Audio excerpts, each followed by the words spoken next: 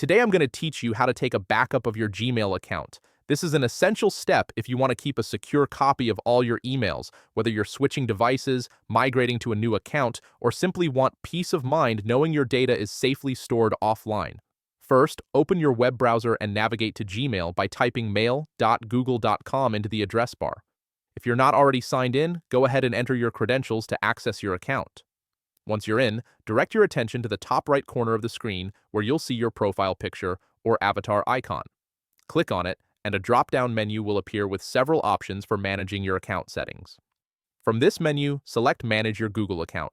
This will take you to a centralized hub where you can control various aspects of your Google services and data. Once you're on this page, look to the left-hand menu and click on Data and Privacy. This section is where Google provides tools for managing what happens with your personal information across all their platforms. Now, scroll down until you find a section labeled Download or Delete Your Data. This is the area that gives you control over exporting or removing your information from Google's servers. Within this section, click on Download Your Data, which will open a tool called Google Takeout. Google Takeout is specifically designed to help you create archives of your data from multiple Google services. When Google Takeout opens, you'll notice that several services are already selected by default. To focus specifically on your Gmail backup, click Deselect All at the top of the list. This clears all the checkboxes, allowing you to choose only what you need.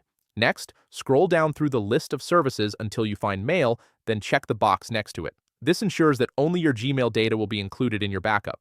If you want more control over what gets backed up, you can click on All Mail Data Included. This option lets you select specific labels or folders rather than downloading everything. Once you've made your selection, click OK to confirm.